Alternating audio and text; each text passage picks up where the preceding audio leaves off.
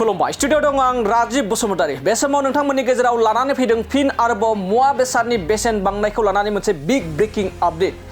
नंगौ रायजो आरो हादोरनि गेजेरावनो मुवा बेसाद एबा मुवा बेसादफोरनि बेसेनखौ लानानै एबा बेसेना बांनायनि थाखाय गोबां हाथाय बाजाराव अर जोंनायखौ नुना मोनगासिनो दं बे समावनो फिन आरोबाव आमुलनि बेसेन आमुल गाइखेरनि बेसेना बांदों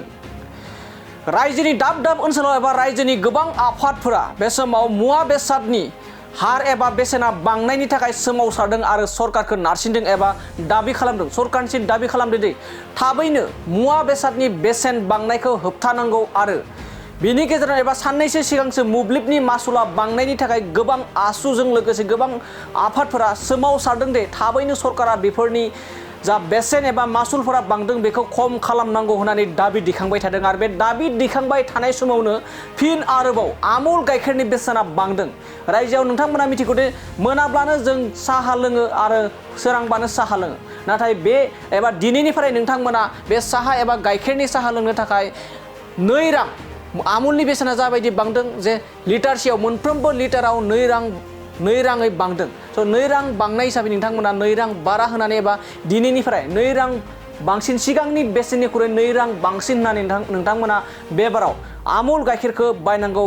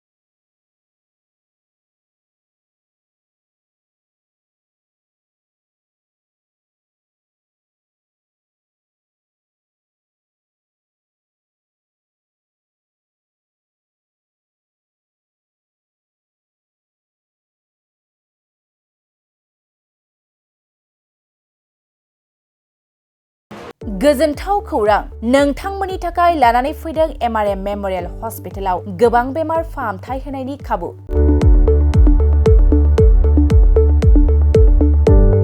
बेमारि सुबुंफोरनि थाखाय गोजोनथाव खौरां एमआरएम मेमोरियेल हस्पिटालाव मोजां रोंगौथि गोनां डक्टरफोरजों बेमारि सुबुंफ्रा मोजां फाहामथाय लानो हानाय सुबिदाखौ लानानै फैबाय एमआरएम मेमोरियेल हस्पिटाला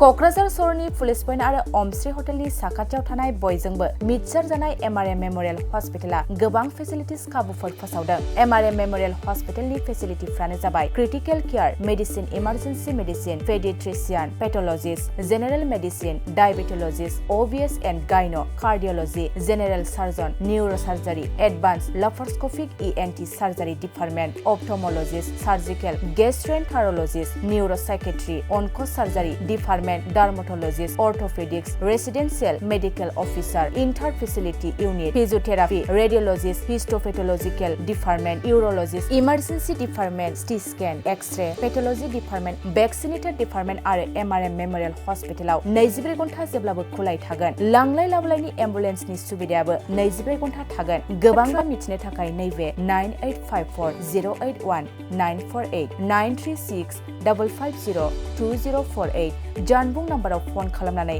नोंथाङा मिथिनानै लानो हागोन।